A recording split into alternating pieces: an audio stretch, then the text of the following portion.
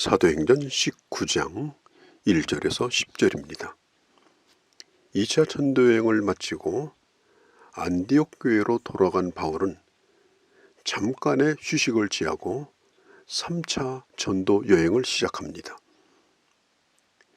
그가 도착한 곳이 에베소였습니다.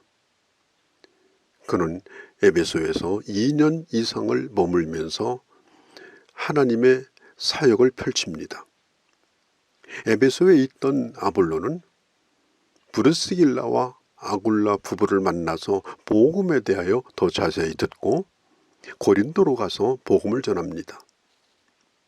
아볼로는 브리스길라 아굴라의 도움으로 더 든든하게 서게 되고 바울이 떠난 고린도 교회를 또 섬기게 되었던 것입니다.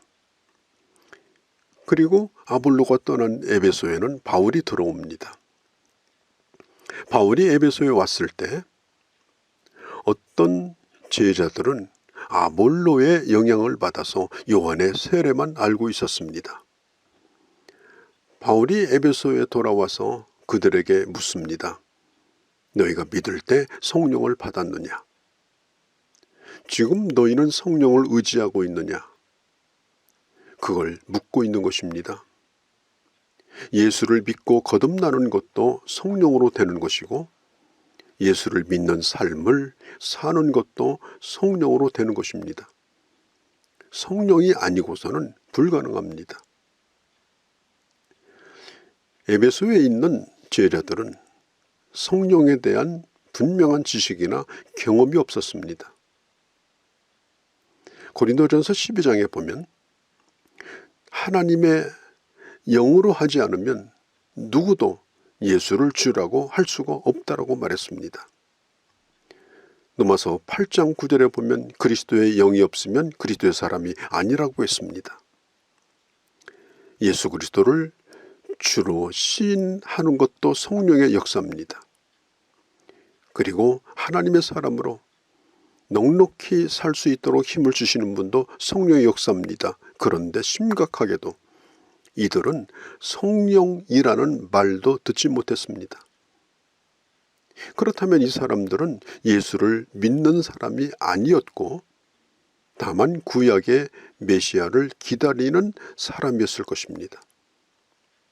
이런 사람들이 교회 안에 충분히 있을 수도 있다는 것을 오늘 보여주고 있습니다. 성령이 있다는 것을 아예 모르고 있었습니다.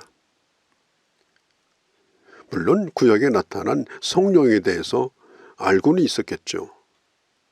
그러나 성령께서 오순절날 임하시고 교회를 세우시고 오늘 예수 믿는 사람만의 역사하고 성령으로 예수 믿고 성령으로 하나님의 일을 해나간다라고 하는 것에 대해서는 그들은 전혀 모르고 있었습니다. 무슨 세례를 받았느냐 물으니 그들은 요한의 세례만 받았다라고 대답하였습니다. 요한의 세례는 예수님이 오시기 전에 예수님에 대한 준비, 기다림을 위해서 받았던 세례입니다. 그러나 지금은 예수님은 기다림의 대상이 아닙니다. 이미 오신 분이고 부활하신 분입니다. 믿어야 될 대상입니다. 그러나 그들은 요한의 세례밖에 몰랐습니다.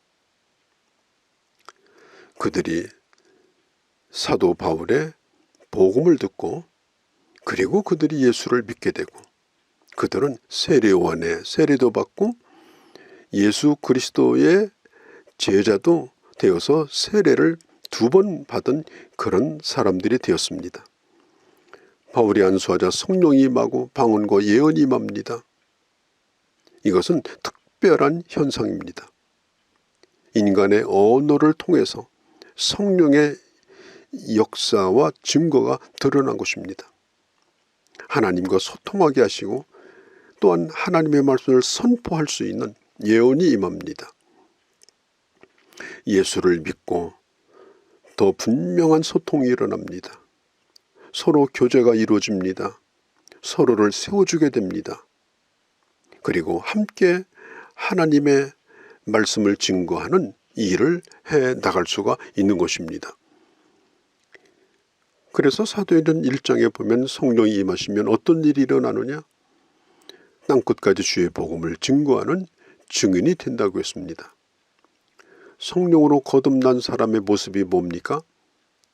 자기가 살고 있는 지역을 뛰어넘어서 하나님의 말씀을 증거하는 것입니다.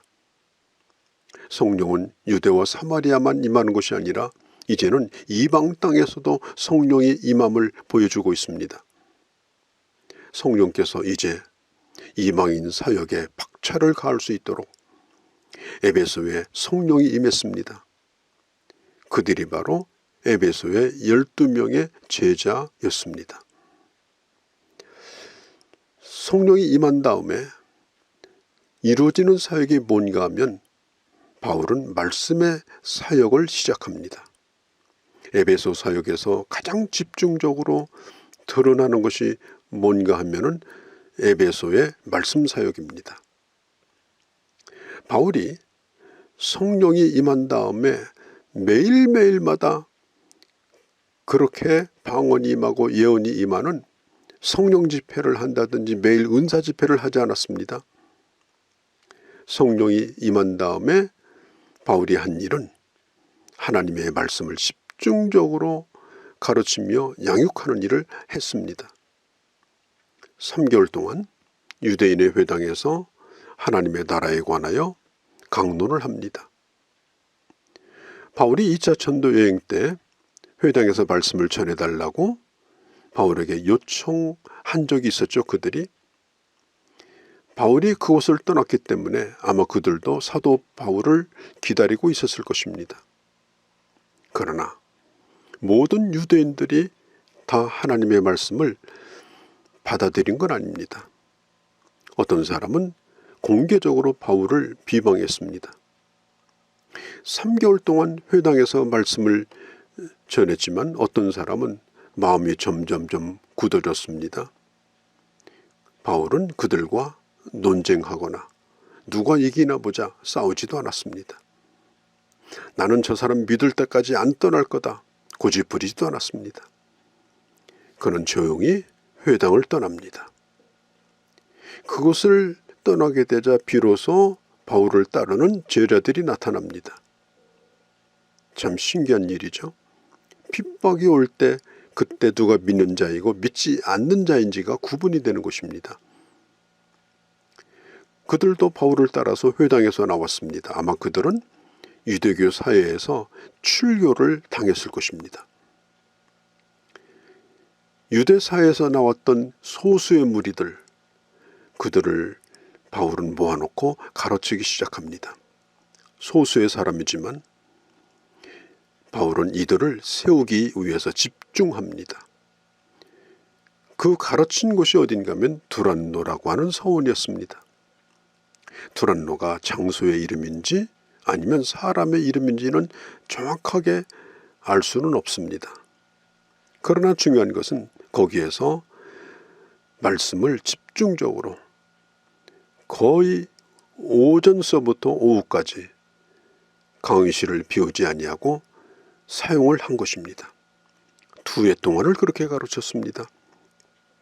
성경은 말합니다. 헬라인이나 유대인이나 예수가 누구인가를 모르는 사람이 없었다고 말했습니다.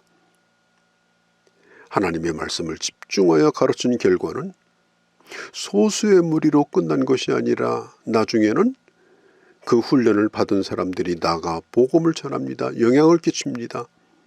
10절에 보면 그리하여 그 지역에 복음을 모르는 사람이 없을 정도로 하나님의 말씀이 힘을 얻게 되어집니다.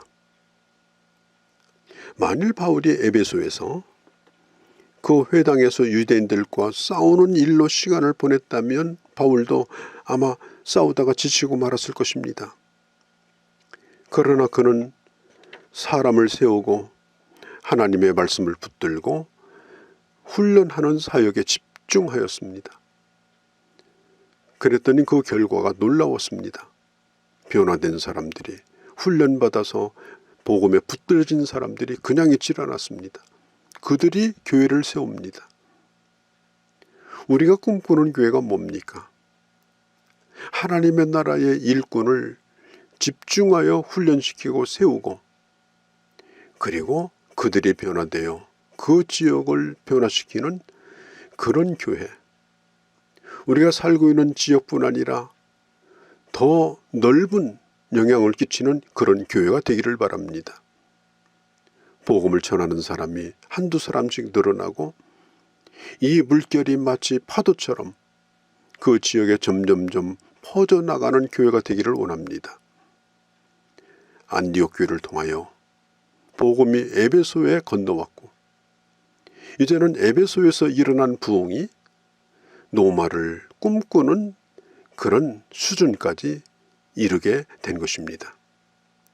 하나님의 교회가 해야 될 일이 뭡니까?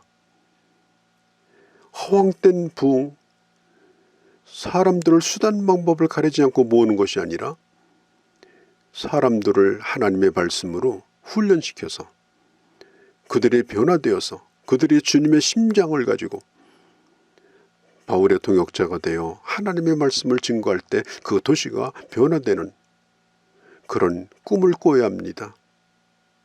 저는 여러분들의 교회와 여러분들의 삶에 그런 역사가 있기를 바랍니다. 그것이 바로 각 지역에 교회를 세워진 이유입니다.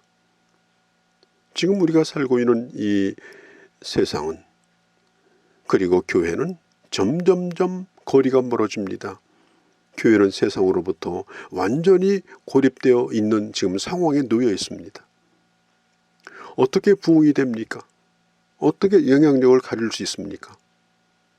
적은 소수의 무리라 할지라도 하나님의 말씀에 집중하여 훈련하고 그들이 변화되어지고 예수의 제자가 되어질 때 하나님의 나라는 다시 한번 이 땅에 충만히 임할 수가 있는 것입니다. 이런 역사가 우리의 교회들과 또 우리의 모든 삶 가운데 있기를 진심으로 바랍니다. 거룩하신 아버지 하나님, 사도 바울이 에베소에 이르렀을 때 그들은 성령에 대해서 알지도 못했습니다. 그러나 그들이 성령 충만함을 받고 하나님의 말씀으로 훈련받는 과정을 거쳐서 그 도시가 주님의 말씀으로 충만해지는 그런 역사가 일어났습니다. 아버지 하나님, 오늘 우리들의 교회가 이런 교회가 되기를 원합니다. 변화된 사람들이 늘어나고 복음 전하는 사람이 늘어나고 그 물결이 파도처럼 번져나서 지역마다 부흥이 일어나고 결국은 그것이 이 땅을 하나님의 나라로 변화시키는 그런 역사가 있게 하여 주옵소서.